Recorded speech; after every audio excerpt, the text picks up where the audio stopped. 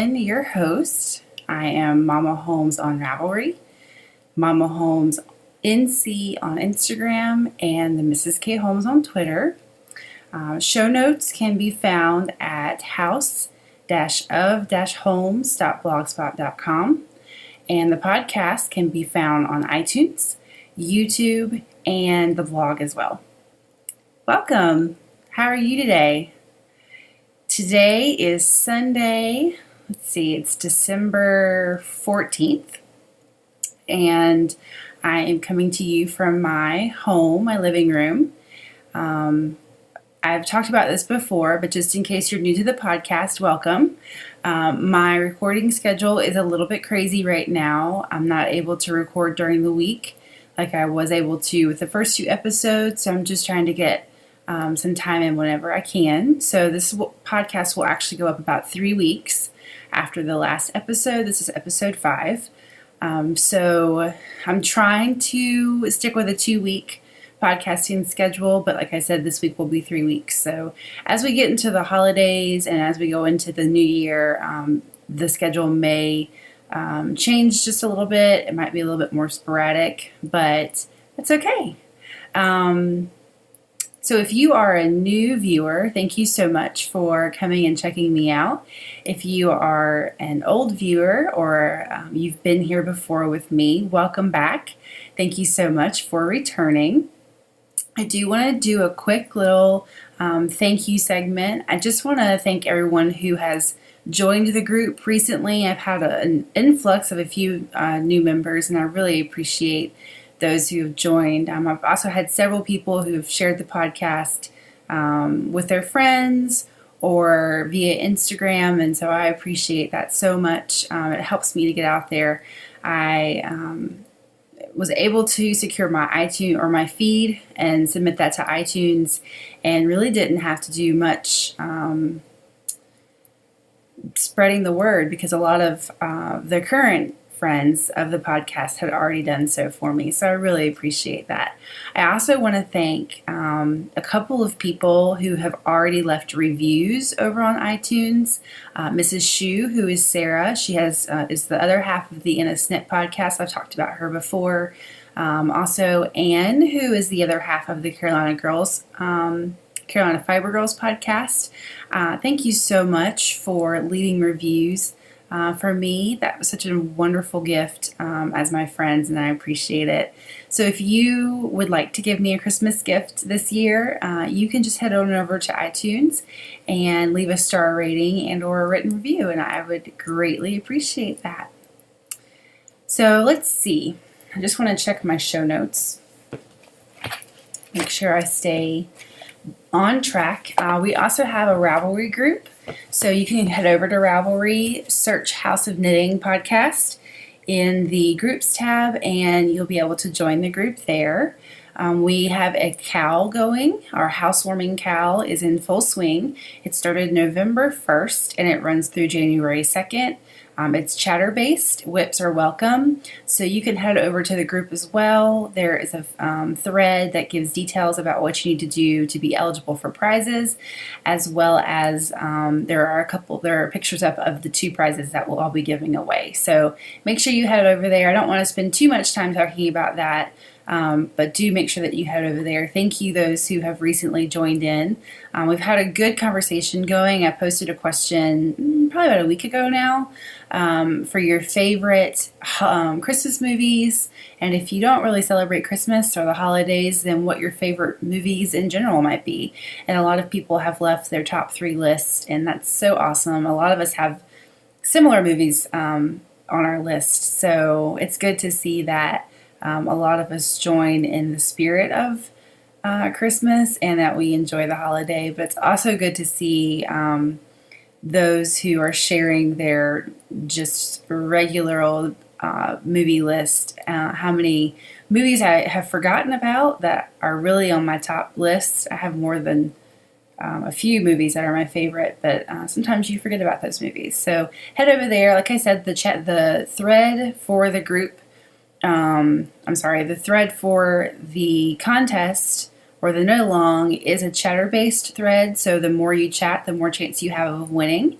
So if you'll head over there, you can comment all you want to in that thread. Just make sure that to enter an initial post that talks about what you're knitting along with us. So we're going to go ahead and get started on the knitting. In my WIP pile, let's see. I am currently knitting on a project that I swore up and down I would never knit. And that is the Sockhead Hat by Kelly McClure, I believe is her name. If it's not, I'll correct it at the bottom of the screen, but I believe it's a Sockhead Hat by Kelly McClure, and I'm knitting it on size 3, US size 3. And I'm using Fable Fibers Folktale, which is her fingering weight superwash merino base. Fable Fiber. She's actually a local dyer to me. She's out of the Charlotte area, and it's a 400-yard skein, and it is superwash merino. I'm knitting the hat. It calls for US 2.5.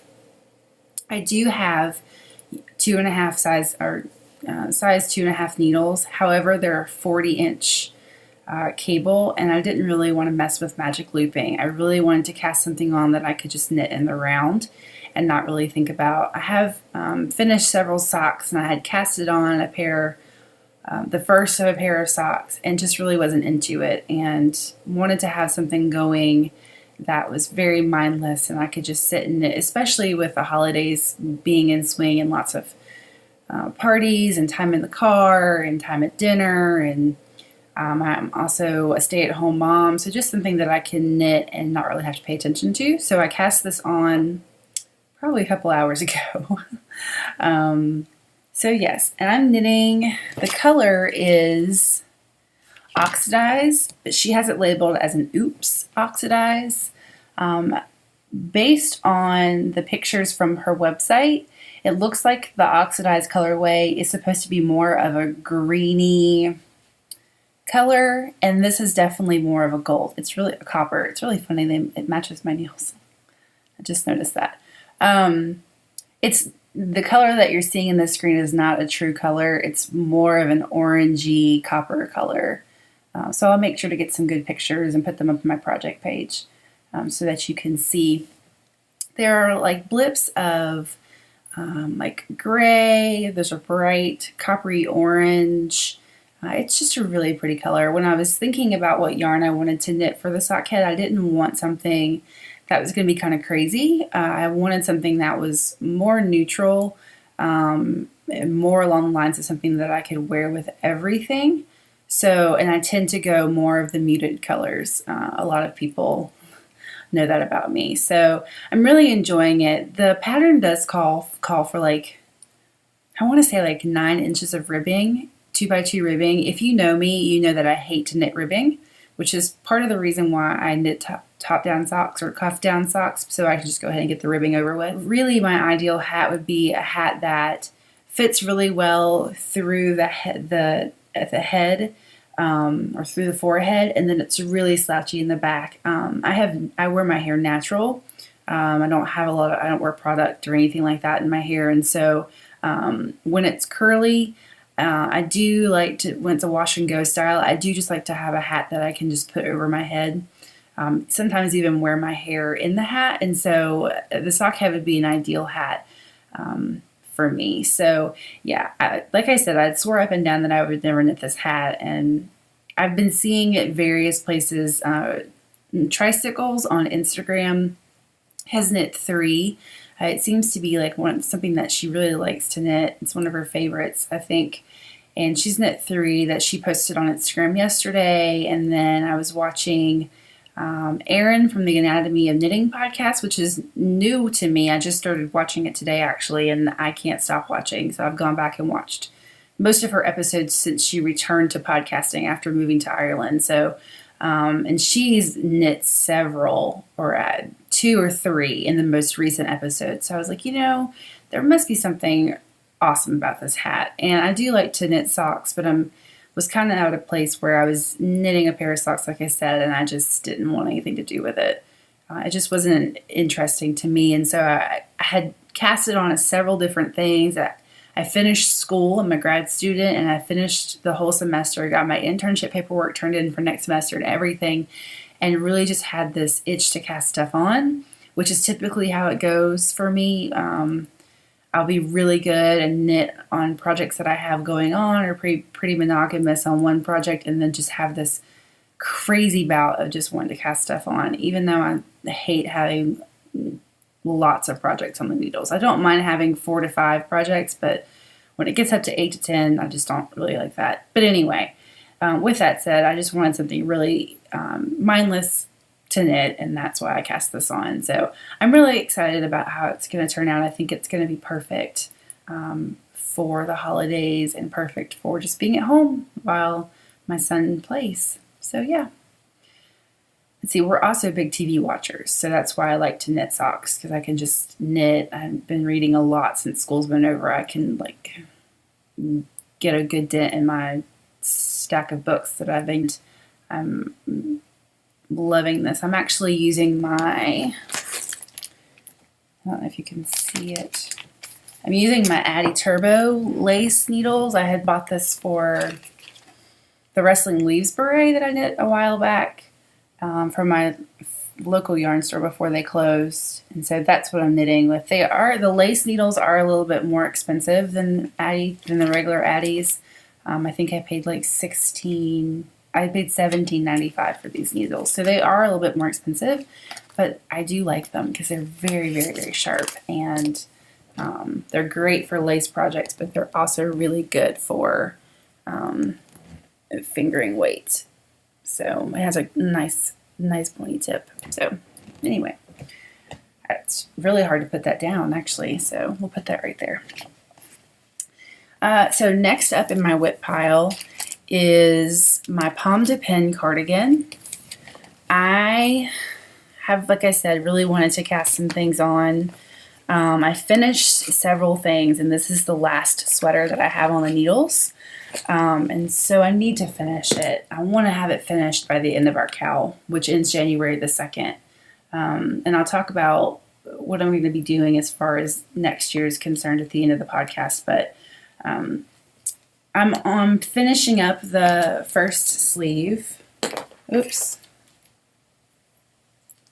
Finishing up the first sleeve. This is a little bit different construction for me. The Pomme de Pin is by Amy Christophers, and I don't know that I've really talked about it on the podcast.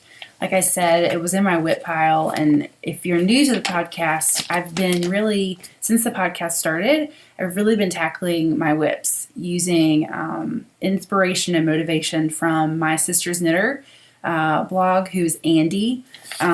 She's hosting a cowl right now where you can tackle your whips and enter for prizes. And it's not even about really the prizes for me. The community is awesome, but I haven't really been very active in her group, and I don't know why. I think just with school and stuff, I haven't had much brain space to have to pay attention to other groups. I want to make sure that I'm really active in our podcast group, but as far as getting into another group, I haven't, and really looking through the images and posting, I haven't really had a chance to do that, but I am doing that knit along. And so if you want more information about it, I think I've mentioned it in blog posts that I've written over on my blog, but it's just a really awesome knit along. And so if you want to get some whips off the needles before the 31st, I believe it's December 31st is the end date for that. Then head over to her group. I'll make sure to link that again in the show notes. I've linked it before, but I'll link it again for you.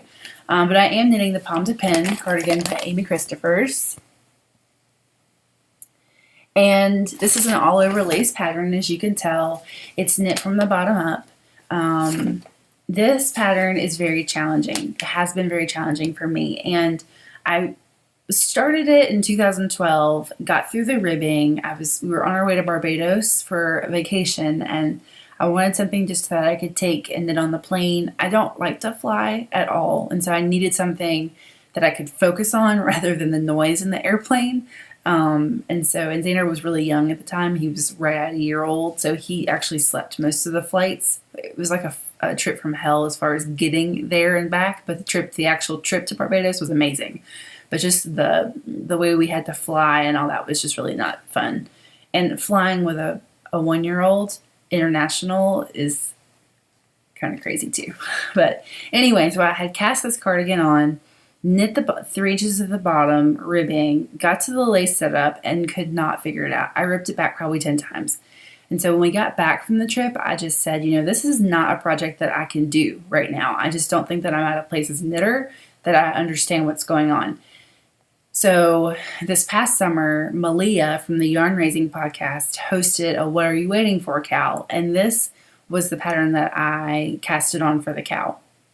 I got a good ways through the sweater and then put it down, and it just went into my whip basket, and it's been there ever since. And I really want to finish this sweater because I think it's going to be a great sweater for me. So I'm knitting it using Cascade 220 Super Rush Sport. Let me see if I have a good, yep, which I'm sure you've probably seen or heard of. And it's in the Army Green colorway. It's also color number 801. And I actually bought this on super discount when my yarn store was closing. And then I bought a few extra skeins when I started the project. I bought it from Webs. So I'm knitting this. I have knit, like I said, it's the first sleeve. I got to the sleeve cap. Now, I want to go on record just to say that this is not a pattern that I would suggest as a first sweater. I know that people have done it as their first sweater, but it's not a pattern that holds your hand. So if you're not comfortable with sweater construction, or if you're not comfortable with knitting lace, I would not suggest this as your first or second project. You could probably do it if you really put your mind to it, and I just have found myself really tripping up over some parts of the pattern. And so I would say in general that I would not suggest this. I would suggest it as a great knit, but I would not suggest it to somebody who's like wanting to learn about bottom-up construction, or who's wanting to learn specifically about knitting lace through a whole sweater. I mean, this is my first all-over lace cardigan. It's definitely doable. There are lots of notes out there. She has a thread in her own design group, which is Savory Knitting, that's devoted to it. And most of the questions that you would probably have with the pattern and the lace setup and all that is answered in that thread. But there are some things that she just kind of leaves out or skips over, and that's just probably an assumption that you already know what you're doing. So for instance, when I was doing the back of the sweater, it's knit in pieces. So it's knit bottom up, and basically it can be a really strange construction if you've never done it. It's not knit in pieces, I'm sorry. Just the sleeves are set in. So you knit the sleeves bottom up, and then you do the sleeve cap, and then you seam the sleeve in. But it's knit bottom up, and then you split for the fronts, you split for the collar, that kind of thing. And so this is the sweater itself. You can really see that green. And that green is very true to what the actual color is. It might be just a tad bit darker, but yeah. It's going to block out a lot too. I would recommend doing a swatch. I'd swatched with the size that it called for just to see what the pattern would look like. And I think she calls for US 6 for the body. And I did not, after I blocked it out, pinned it out real good, I did not like the openness of the lace. It just was not, it looked kind of ratty. It didn't look like it didn't look perfection. It just didn't look perfect to me. And so I went down a needle size to US 5 and got great gauge. I actually got the gauge that she wants you to have in the pattern. And so I'm really happy with that. It also is a cardigan that blocks out a good bit because it's a lace pattern.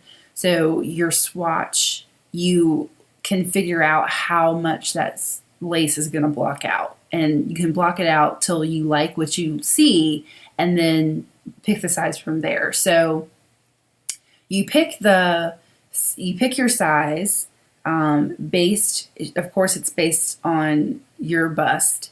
I picked based on my bust, but I also have broad shoulders, so I wanted to make sure that it fit.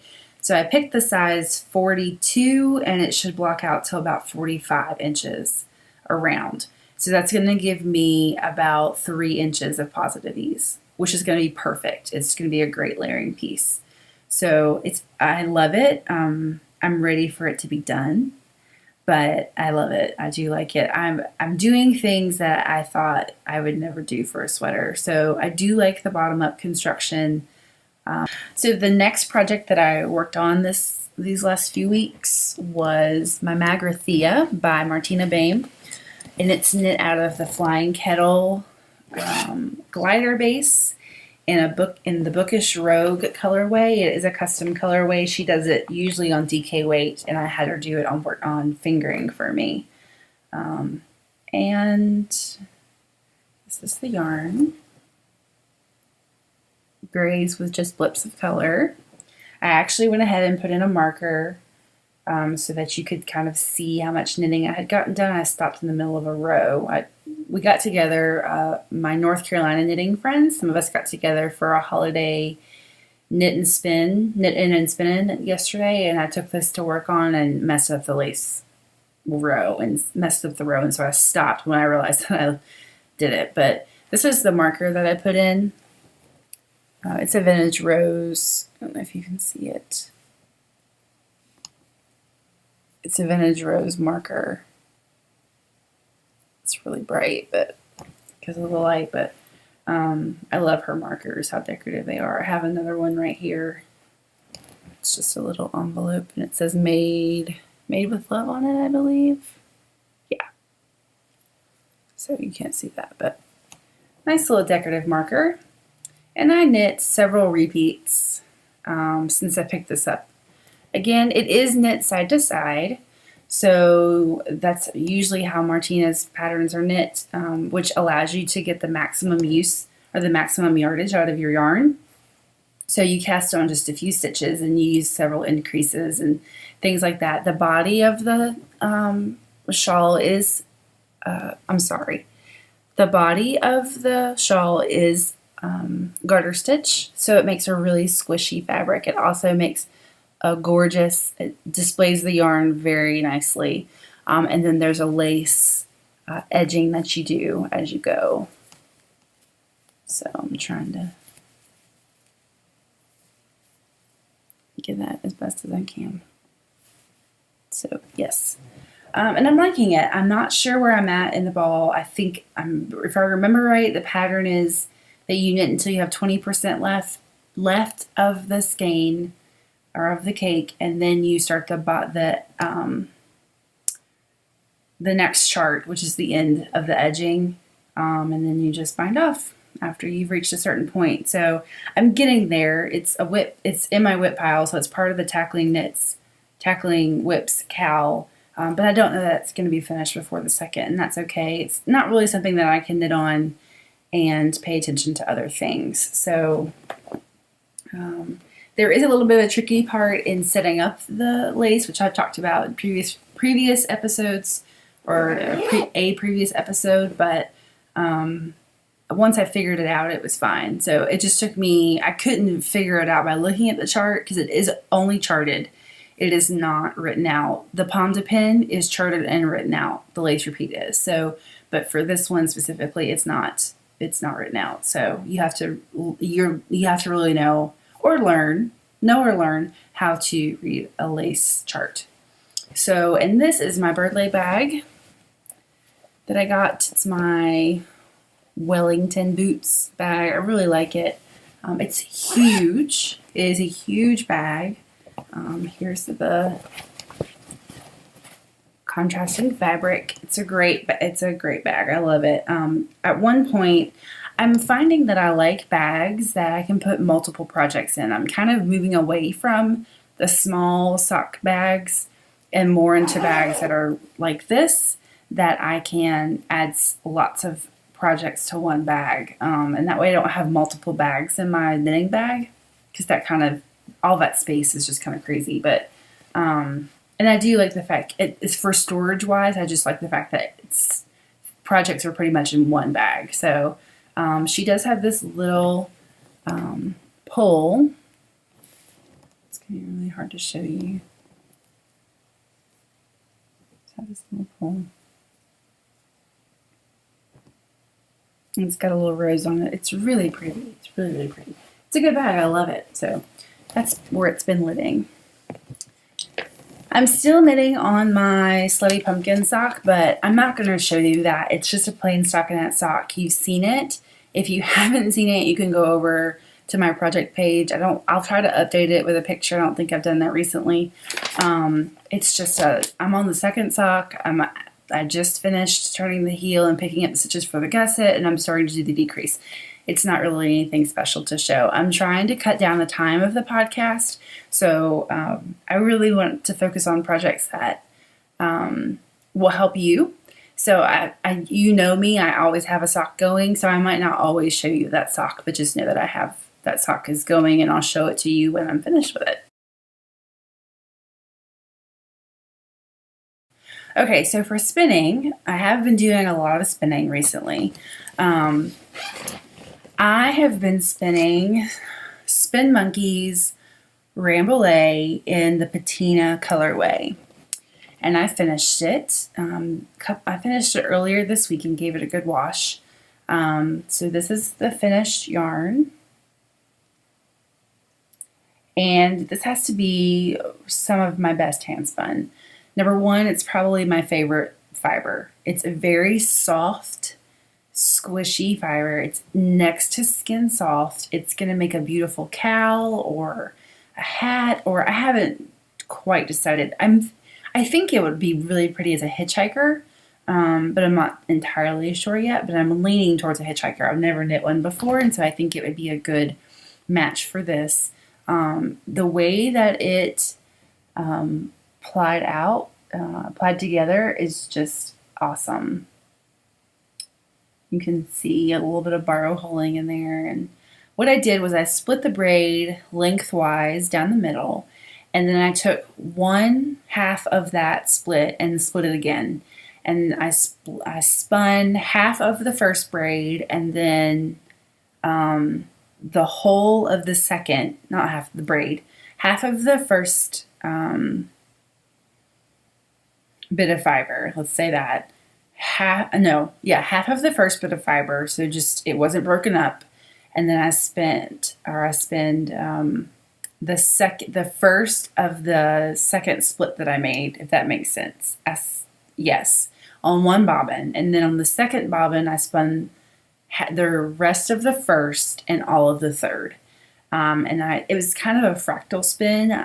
I mentioned that it was a fractal spin, and it's not really a true fractal spin. According to some research that I've done, I've been watching a couple of different spinning courses. So, but it's a good start to fractal spinning. So I'm really, really happy, really thrilled with the way that it came out. I love the way that it came out. It's very, very soft. It's very squishy. I showed it off on Instagram. So if you'd like to get a good picture of it, it's there on my Instagram. But I wanted to share with you what a source book, which is something that I bought when I started spinning. I saw it on the Knit Girls podcast, and it's just something that I kind of go towards.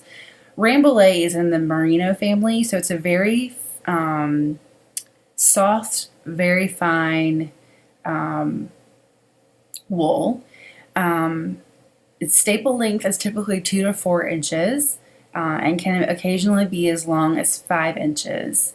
And it says natural colors. White is by far the most common color, although some small flocks produce other colors, especially blacks and grays. And this is what they look like. Aren't they cute?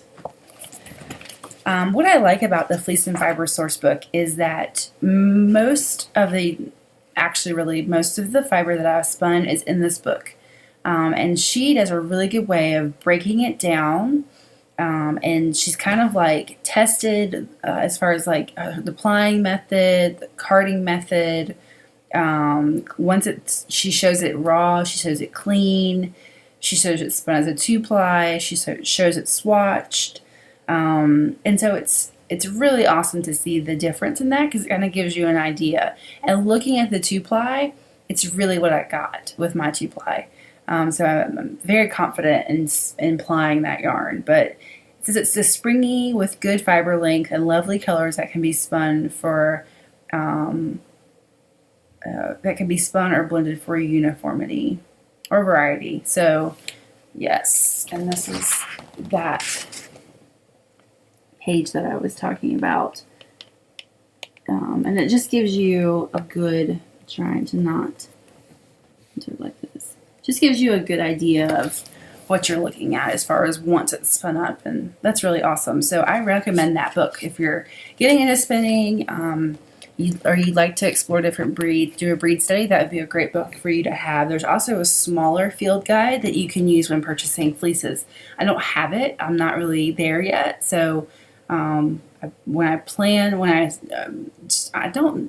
I purchase a fleece, I'm gonna have somebody process it. I'm not gonna process it myself. Number one, I don't have the space, I don't have the patience, and I feel like I would get lost in the process. I tend to be a very product-oriented person, and so if I get lost in the process, then I just don't want to do anything with it. I don't want to deal with it. So I don't really have a desire to deal with the dirty nastiness that can be in the fleece either. So we'll just see how that goes. So that was my finished spin, and I went ahead and started spinning for my next project. Now, my next project is going to be a traditional 3-ply. I've never done a 3-ply before. And because I wanted to practice, I got a new drive belt. It's a polycord drive belt, which is basically a plastic drive belt that you cut to size to fit your wheel, and then you kind of melt the ends together. And it's really great. I have an Ashford Traveler, and you have to, if you use just a cotton band, you have to finagle your band. You have to either undo the band and retie it, or have a different drive belt that fits the smaller whorl. And so just because of the hassle of having to change the belt out, I've never spun on my smallest roll before. So I got the polycord at the suggestion of a friend who spins and has an Ashford as well. And I wanted to practice a 3-ply because that's what I want to spin for my sweater. And I will be spinning that sweater at the beginning of the new year is my goal. So I'm spinning Malabrigo Nube, believe is how you say it, in the Pedrius. I don't have the tag in the Pedrius colorway. I did not do well in Spanish, so I could be slaughtering that, and I'm very sorry. This is the first bobbin. I'm on the second. And you can see now that I look at it, it's not as different as I thought it would be, but the white or the lighter parts of the fiber are really breaking up the color, which is fine. I just don't know how it's going to 3-ply.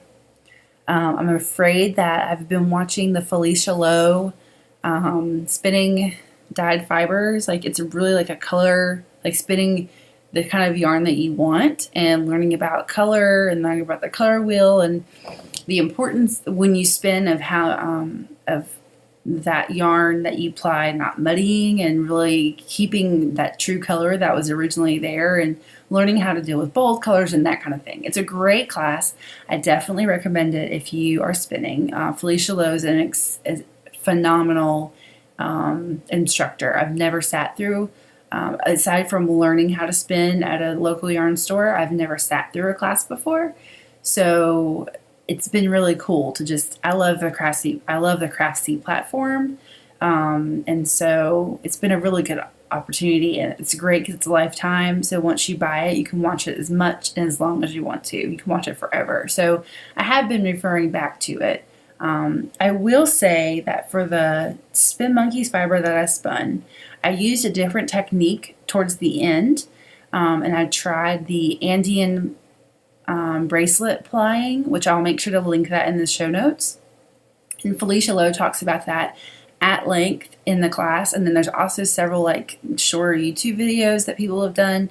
It's just a great way to 2-ply the remaining small amount of fiber that you might have. It's not recommended for applying a whole bobbin's worth, but it is recommended for if you don't split your yarn or don't split your fiber evenly, then you might have a little left on the bobbin and don't have any left on the first bobbin that if you're doing a 2-ply.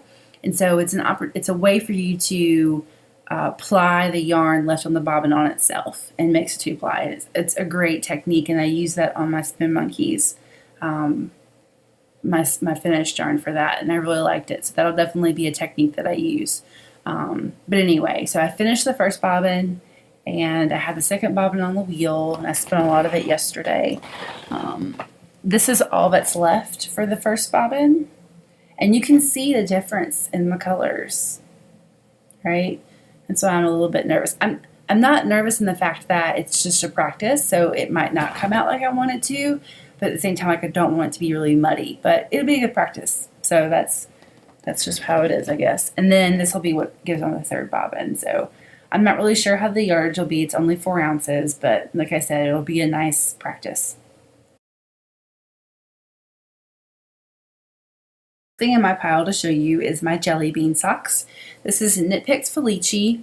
It's my sock recipe that I use. I don't really care about matching the socks, so you can tell they're a little bit matched. I knit a 3-inch cuff, and I knit a 7-inch, basically I knit for a 7-inch leg, including the cuff.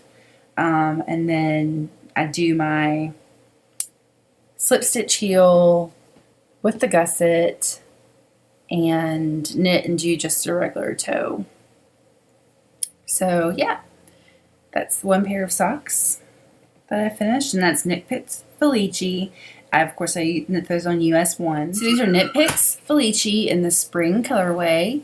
I did match the socks.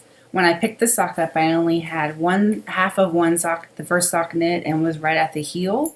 And I just knit the heel down to the foot, and then I cast on the second, and I did really well to match them up. It's really funny because if you look, there's very little of this acidy green at the top, and then a lot more on the second sock. But my gauge must have changed because they don't really match. Because like here's that same green where the heel starts, and then here's this darker green where the heel starts.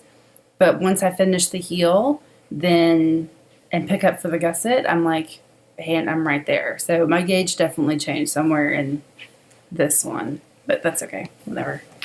I wanted to try something new, so I matched them, and they didn't really match until the foot. So yes, love those socks. Next up that I finished was my Wedding Orchid sock. This is Unwind Yarn Company in the Wedding Orchid colorway. If you've watched the podcast, you've seen these before. I finally finished them. And like I said, there's a little end that I didn't take care of. And it's just got these pops of pink, and then there's some purpley lavender in there. Same sock recipe, nothing different, same size needles. Yep. So there you go. There's that. Let's see. I did do a Pearl Ridge. I talked about this at the top, and I didn't like it, so I won't be doing that again. But I was just trying something different. Just need to stick with my original plan, right? Okay.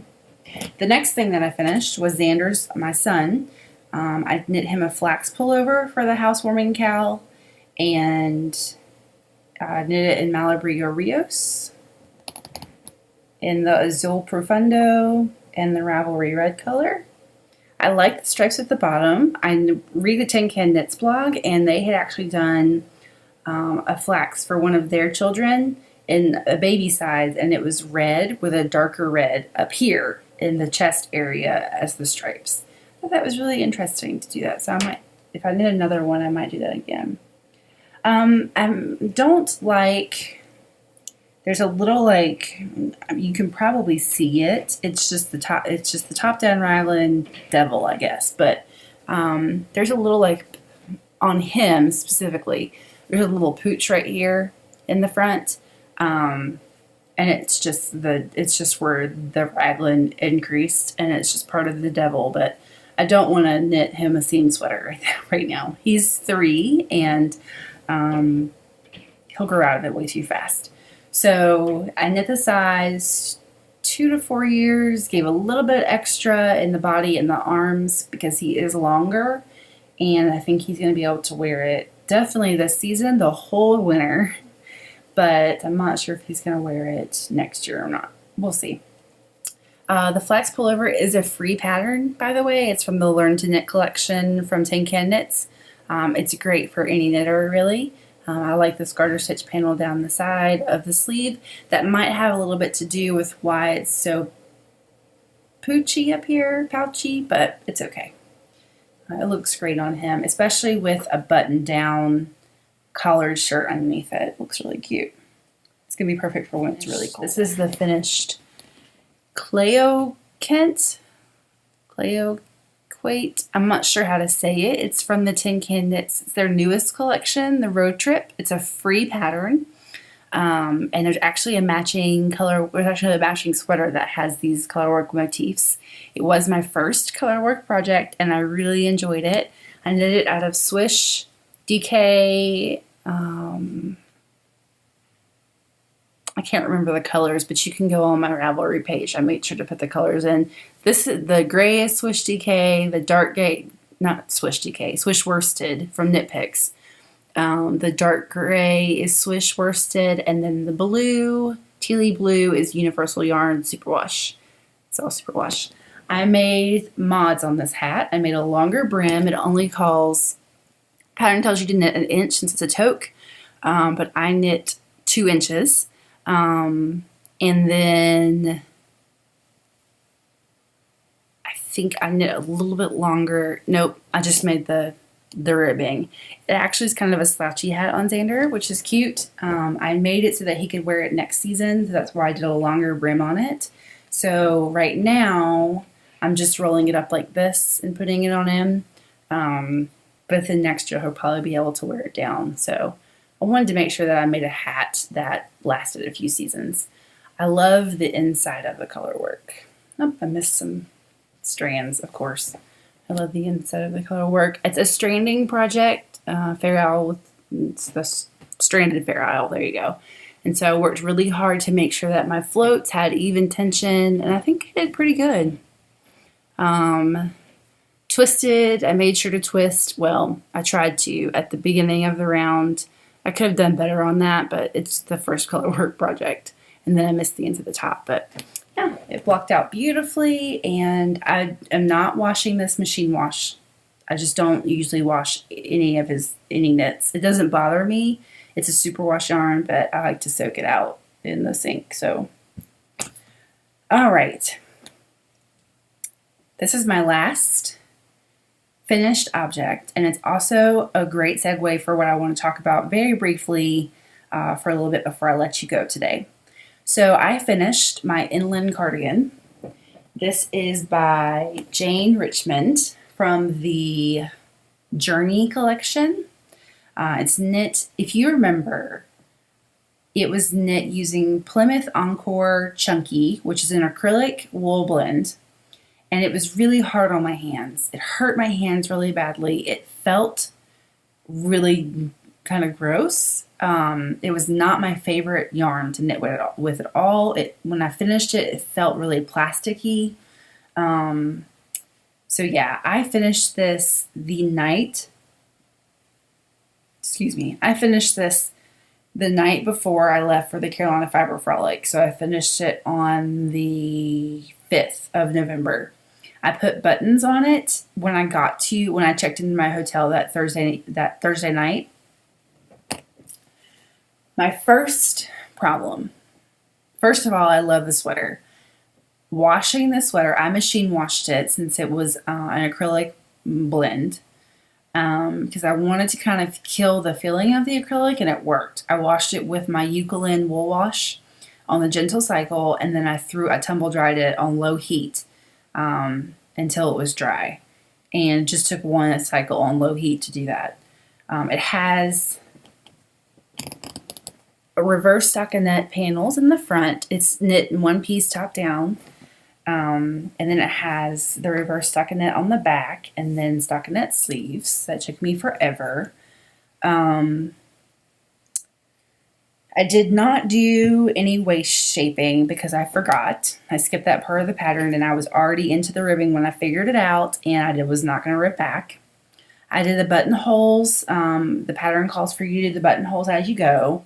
I do not prefer that at all because I was really lazy about measuring out my buttonholes. I should have done it according to a gauge. I did a gauge swatch, but I did not do a swatch that included my buttonholes, which was stupid. I should have just, you learn, and I'm really learning right now. I found these cheapy, very like light wood buttons at Hancock Fabric for like $2.29, and they were on 50% sale. So I got it for like $1.09 or whatever that comes out to be. And yeah, okay. So like I was saying about the buttons, I didn't do really well about measuring my distance between the buttons. You can tell that at the top, they are closer together. And then as you get further down the sweater, they get a little bit further apart. That is terrible because when I wear it, it pulls these apart. So I really should have kept my buttons closer together, but actually more like this up here. I think that I also need heavier buttons, that might also help. But the real reason that I'm a little bit disappointed with the sweater or this cardigan is because it's a little bit tight through here. And it's really funny because I tend to finish my cardigans and not put buttons on them for like a year. And so we had this like finished item, like basically like a show and tell, like try it on kind of thing, where at the Frolic we each had like tables and we laid out any finished objects that we wanted to lay out and people could come up and try them on and see how they looked. And so what I did was I put buttons on my Grace cardigan, which I'll link the project page, which is by Jane Richmond as well. I put buttons on the way to the Frolic on that sweater, and then I put buttons on my inland when I checked into the hotel that evening. And then when I got back, I had another pack of these cheapy wood buttons, and my calligraphy cardigan by Hannah Fettig needed buttons as well. And I finished that cardigan probably 2 years ago. So I went ahead and put buttons on that cardigan. Now, this is what happens when you wait to do that kind of thing. All of those cardigans are too tight through the bust area. So looking at me right now, I am 5'10". I'm guessing that I'm more of a proportional body type, but I'm maybe top heavy. I'm not sure. I haven't done my measurements yet. And I definitely need some sort of modification through this area. And it's probably, bust darts, basically. In my inland, that's the problem, is that I'm really tight through here. It pulls apart right here. And then because the buttons are not equidistant, as you get further down, it's a tunic. It's a long sweater, right? So as it's supposed to be worn with like tights. So as you get further down the sweater, the gaps get larger. So I put on my calligraphy cardigan. I'm tight through here. Now, I did that 2 years ago after I had a baby. So you can blame it on how your body changes after you have a kid. But I didn't do a good job of, obviously. I know that I did a swatch, but maybe I didn't understand. I don't know. It's a top-down sweater, too. That could be it, too. But not only am I tight through here, I'm also noticing the spare tire action when I turn around and look at myself in the mirror. You can actually see my hips. Well, not my hips. You can see the pudge. I have a 3-year-old, so I'm not talking about myself negatively. Please don't hear that. I'm saying that the sweater, I did not modify the sweater to best accentuate the features that I wanted to accent. Does that make sense? So because I didn't modify the sweater correctly or according to how I want to wear my sweaters, there you go, how I best feel comfortable in my sweaters, then I am really uncomfortable with that specific area. I'm working on that area fitness wise and nutrition wise, but it is not bad. My husband looked at me just now. It's not bad. It's just that's what I see when I look in the mirror. So I'm not downing my body. I'm not saying that I need to change it. I'm just saying, I mean, I do need to change it for the fact of health reasons, but I want to change it so that I don't see those flaws or those things, those little quips about my body that others may not have the same of. When I turn around, like, I feel like that's all you see from the back. It's totally not, but it makes me feel uncomfortable, okay? So that leads me into what I wanted to talk about as well with that is 2015 for me is going to be the year of the sweater, but also the year of the fit. So at our holiday gathering yesterday, we kind of talked about this, and then I rode with a friend of mine who lives in the area over to Raleigh where we all went, and we talked about it in the car, and she actually attended Amy Herzog's Make Wear Love retreat in Maine. And so I wanted to run this by her and just talk to her about what I felt like.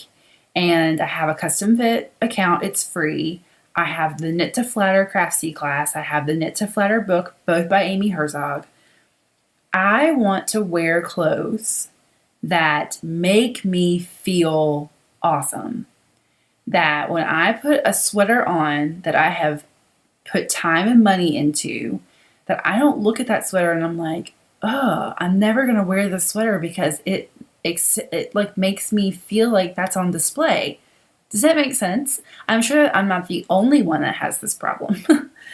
Because you want to, as you mature as a knitter, you want to knit things that you love. And it's not just about reading a pattern and doing what the pattern says, but because those patterns aren't written individually for each of us. So each of us have different things. Maybe you have a shorter shoulder. Maybe you have narrow shoulders. Maybe you have a smaller bust. Maybe you have larger hips. Maybe, do you get what I'm saying? Like, you want a sweater that you can look at a pattern and learn how to make that sweater fit your body.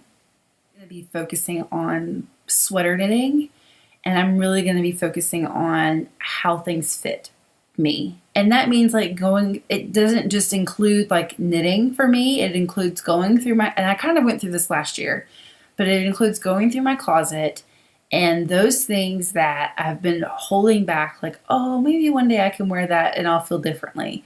Like, I really want to purge my closet and purge my drawers to know what things I need to fill my wardrobe with that I need, and not to have all these clothes that I will never feel comfortable in. And so that's why I'm saying that it will be the year of the sweater and the year of the fit. So I think I'm going to start with, I've started working through the Craftsy class. So I'm going to put a thread up in the group and I'm going to sticky it. And it's going to be stickied all year because I really want to focus on this. And it will be an ongoing cowl. I don't know that it will be any kind of prize-driven cowl. I think I want it more to be like a motivational cowl and more inspirational cowl. There's a couple books that I want to read. I want to reread Elizabeth Zimmerman's Knitting Without Tears. I've read it before. I did the seamless pullover. I had the same bust issue. I actually had a gauge issue all over the sweater, but I'm okay with the sweater, but I would like for it to fit a little bit differently. So I'm going to reread that book, and then I'm also going to work through the Craftsy class. I'm going to rewatch it. I'm going to focus on getting my measurements. I'm going to focus on swatching and learning how swatching is important in knitting, and not just doing that as a step to check off my list, but to do it and really explore different types of yarn. And I want to get a sweater's worth of Copper Cordy's yarn, her Jones Street base, but I don't want to buy the sweater's worth yet. I think I'm just going to buy a skein of it and swatch the heck out of it. Do several swatches so I can get a good feel of what I want. So yeah, Amy Herzog talks about in her Craftsy class that to apply things like modifications to your sweaters, it's better to start with a simple sweater. So I have a simple cardigan called the Olive Basket in my queue. I have the yarn for it, but I'm thinking I might buy like a budget yarn instead of using the yarn that I have for it. I might buy a budget yarn and just play along. It's knit bottom up, and play along with the fit and see if I can figure out the increases and decreases in the hips and in the bust and that kind of thing. So, yes, if you want to join along with me, just go over. I'll sticky that thread and just go over and let me know that you're in, and let me know things that maybe books that you recommend. Maybe you've been on this kick for a while and you have some things that you want to share. And yeah, it'll just start whenever. You can jump in whenever. But yeah, there you go. So I do want to go ahead and cut it off here. I have some editing to do, so I'm hoping that the podcast is less than an hour. So yes, you can find show notes at house-of-holmes.blogspot.com. You can find this show on iTunes, YouTube, and on the blog. Don't forget to join the Ravelry group. Make sure that if you're participating in the thread that you go, or the knit along, that you go over to the thread and make sure you have all of your P's and Q's in line so that you are eligible for prizes. And I will be talking with you in a couple weeks. Thanks so much for sitting with me and knitting, and we'll talk to you soon.